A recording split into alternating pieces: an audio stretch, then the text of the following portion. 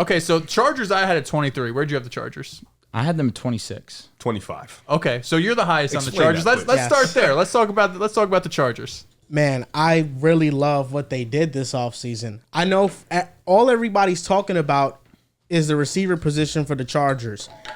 And I understand. You know, you lose Keenan Allen, you lose Mike Williams, and now you're relying on Josh Palmer, Ladd McConkey. I think Step back three. I think Quentin Johnson's trash. He's horrendous. I don't think he's good. DJ Chark is getting better. I'm not even going to name him.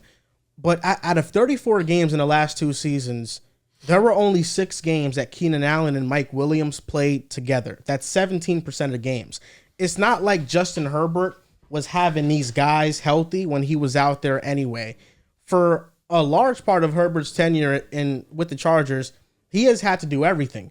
They haven't had a good defense. They haven't had a good running game. He has had to carry the entire load of the offense, and he hasn't had good coaching outside of Shane Steichen, but that was 1 year when he was his OC his rookie season. I'm high on the Chargers because all the optimism lies in their rushing attack. Greg Roman, it doesn't matter where he's been, whether he's been with Lamar Jackson and the Ravens, top rushing offense, obviously. But before that, he was with Tyrod Taylor and the Bills. Tyrod Taylor had a Pro Bowl season. LaShawn McCoy had a Pro Bowl year. The Bills made the playoffs. They were one of the best rushing attacks in football. And if you look at that receiving core wasn't all that great. You go back to the 49ers, Jim Harbaugh, the last time that he coached, he had Greg Roman on his staff with San Fran. San Fran was one of the best rushing attacks in football. And they had some good weapons, Vernon Davis, Michael Crabtree. But Crabtree was never a real legit dude on the outside. And Vernon Davis was at tight end. But you look at the last time Harbaugh and Greg Roman coached together, they were 30th in dropback rate and 31st in passing plays per game. Since 2018, out of 44 running backs with 500 touches or more, Gus Edwards ranks 6th in yards per carry, 4th in EPA per rush, 1st in success rate, 1st in conversion rate in short yardage runs. This rushing attack will be so elite that you're only asking Herbert to do so much in a given game. And if you're lowering his volume and you're just asking Herbert to be a game manager per se and to not make mistakes, Herbert is going to do exactly that. Their entire identity lies in their rushing attack and being able to be dominant. And I think in an era where we have really emphasized more secondary players, more dom coverage, this Chargers team really has the ability to rout teams with their rushing attack. And they face the 6th easiest schedule of run defenses this year, and the 2nd easiest schedule of pass defenses. So while the receiving core is iffy, I thought their offensive line got better with Joe Alt. Rashawn Slater, when he's healthy, is one of the elites. Of course. And I think that they'll get just enough from the receiver position to stay afloat. They'll get just enough. I'm really high on Ladd McConkey. I've been high on him before the draft. He's good. Josh Palmer, I think, is a solid receiver. Underrated. But it's all about the rushing attack. And if the Chargers, which I think, Greg Roman has never had a rushing attack that wasn't top 10. Never had one that wasn't top 5. Yep. If this is a top 5 rushing attack and you get improvement from the defense, a little bit improvement from the defense, well, way more improvement from the defense, because Brandon Staley had them as one of the worst defenses in the league despite spending the most on that side of the ball. This team, I think, can win in a certain way. The same way that the 2019 Ravens won. I don't think the roster is the same. The Ravens had a much better roster. But you look at the Ravens' weapons that year, Lamar Jackson had a unanimous MVP season, and Hollywood Brown was dropping passes left and right. Mark Andrews was a second-year rookie tight end. They really didn't have any proven guy that they had on the outside, but they were able to get by with their rushing attack. And I think Greg Roman has proven everywhere he's went, despite the criticism he gets, and he does lack creativity as a pass game designer, this rushing attack will be something that Herbert has for the first time that is a floor for your offense. Now Herbert doesn't have to put everything on his back. And if you're giving an elite quarterback help and you're asking that elite quarterback to just make a few plays here and there, a few explosives down the field, he'll be able to do it. And I think the Chargers, they're the 2nd best team in the AFC West. And I got them finishing with a 10-7 record. I think their schedule is pretty light too. My issue with the Chargers, you went on let's say 75%, I'd probably say higher. 85% of what you said was oriented to the offense, and rightfully so because, again, listen, I like offense as much as the next guy. Offense is definitely the more intriguing of the two, but the big reason why the Los Angeles Chargers, to me, are not a good team is because this defense is weak. It was one of the worst secondaries. Their rush defense was not good either. So really, there's no legitimate threat outside of maybe pass rush because you have Joey Bosa and Khalil Mack, but then again, Joey Bosa hasn't been able to stay healthy these last couple of seasons. You do have Derwin James. Hopefully, Derwin James can get back to form from where he was once one of the best players in the secondary in the entire National Football League. But my concern is still this defense. I get you. I'm with you on the rush offense.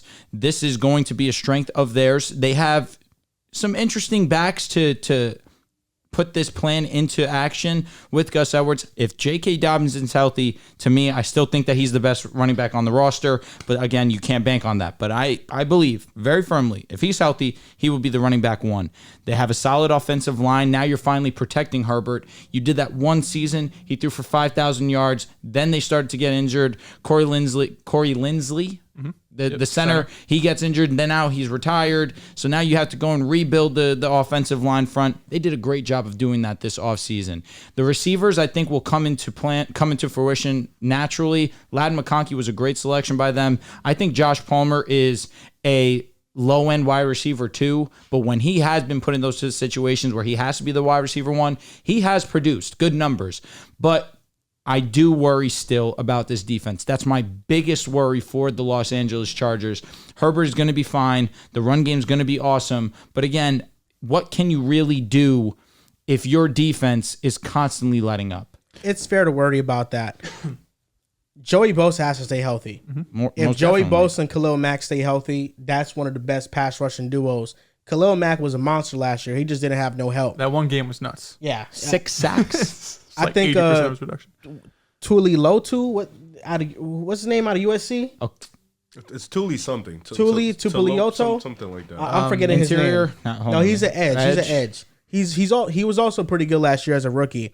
They signed Denzel Perryman, who's a great run defender, but he's terrible in coverage. Mm-hmm. But that's why they drafted Junior Colson, who probably has to come along a little bit stronger. But I like their secondary. At least I like 3 players. Asante Samuel Jr. is a stud. Derwin James should get back to Derwin James, especially with Jesse Minter's defense and the scheme he's going to implement. And then Alohi Gilman, the safety. He was good for them this past year. So I think the Chargers have the pieces in place because they've shown before, even when Brandon Staley was terrible, they would have games against the Dolphins where they shut them out. And their secondary looked really good. That was 2 years ago, though. I know, but last year, their defense had a couple good games. Not really. They gave up 63 points to the Raiders. They're more terrible than good for sure. Yes. To me, it's more so about the scheme than it is about the players. I think the players can be put in better positions to where the defense could be average. I don't think it's going to be an elite unit, but I think it could be average. And then if you just get a high floor with the rushing attack, I mean, all you're asking Justin Herbert to do is win situational football. Mm-hmm. And he's proven throughout his career, if he's out there on the field in situational football, he's going to win those moments. It's just that his defense lets up those moments. You're talking about an average. You think this defense is going to be average. And then their offense, there's just not enough talent on this offense. I don't know. It's just an underwhelming roster. 10-7 is tough. I mean, Herbert, he's that good. With the best Band-Aid you could ask for in Justin Herbert. Because I'm looking at their schedule.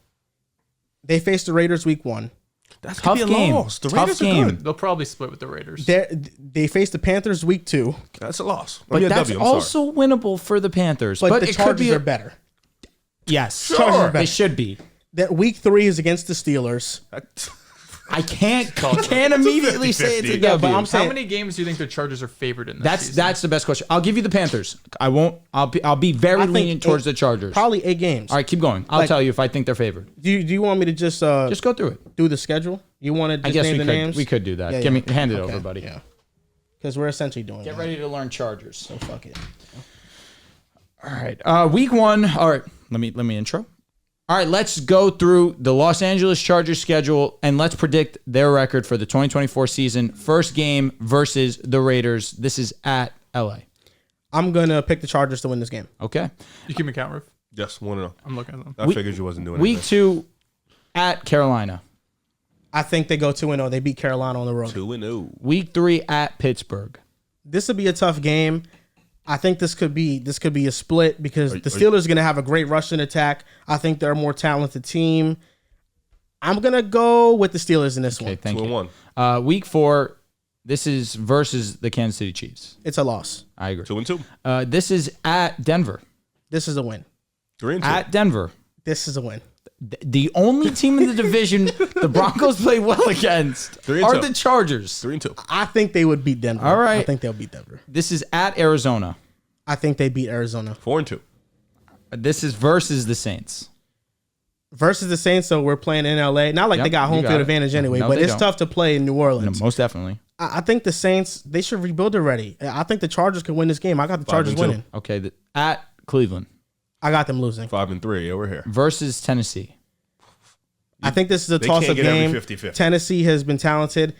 With Justin Herbert, you could get those 50-50s. I'm giving them this 50-50. Okay, 6-3. Jesus Christ. versus the Bengals.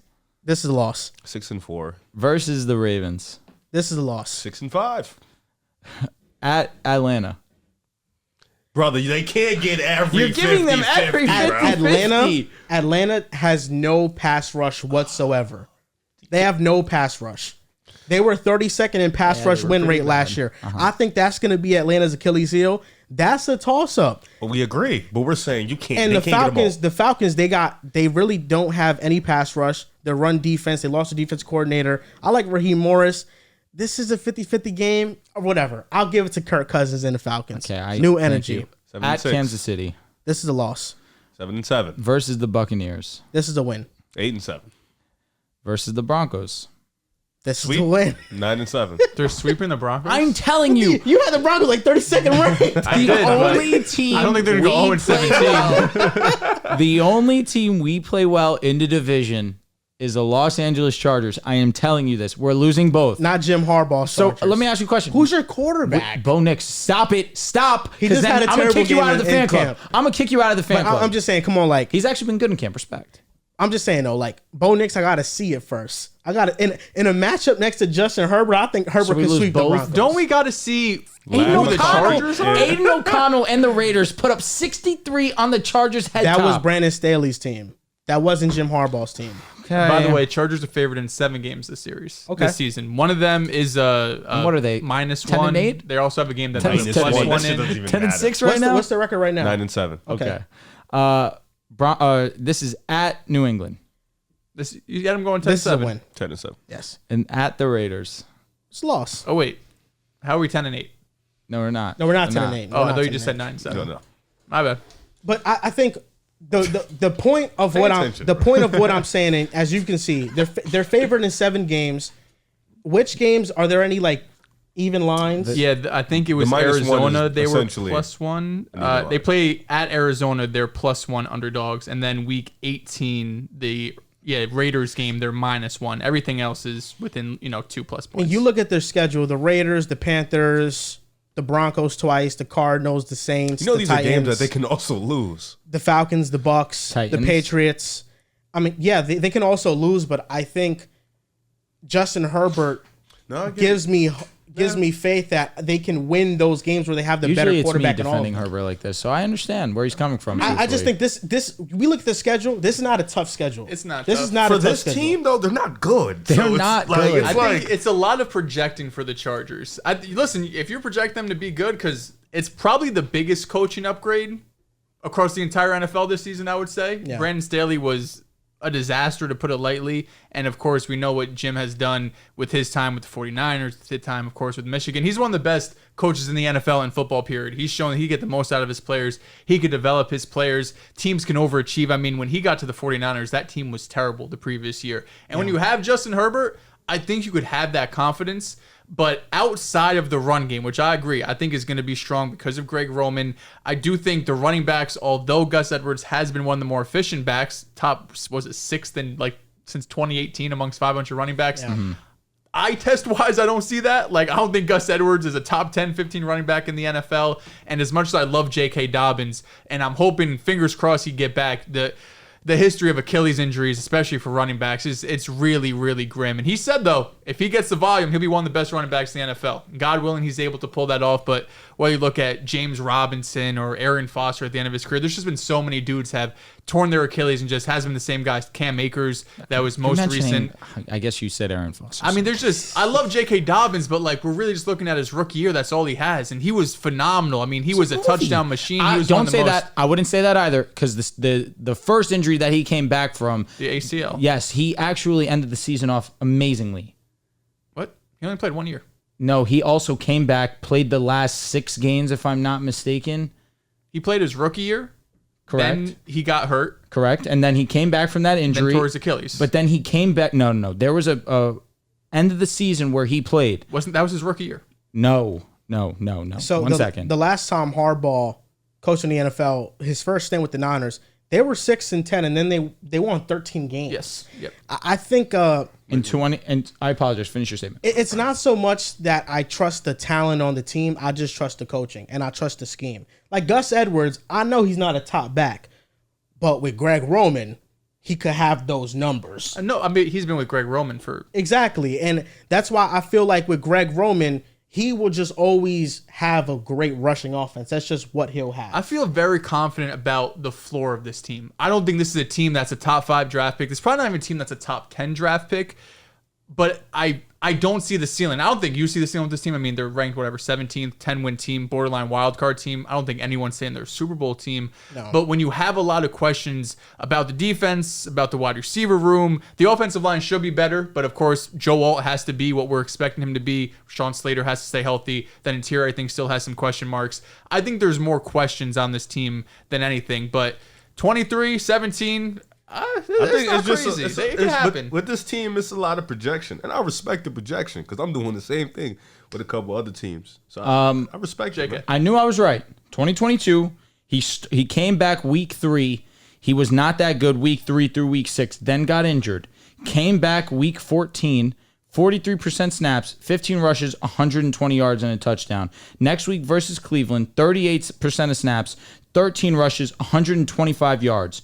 Versus Atlanta the next week, 42%, 12 carries, 59 yards, almost 5 a carry. And then week 17, 50% of snaps, 17 rushes, 93 yards, 5.4 a carry. He played in that wild card round, played 49% of snaps, 13 attempts, 62 yards, 4.8 a carry essentially, had a receiving touchdown, 43 yards receiving as well. When he's played, he's legitimately good. one of the most efficient backs in NFL history. I know.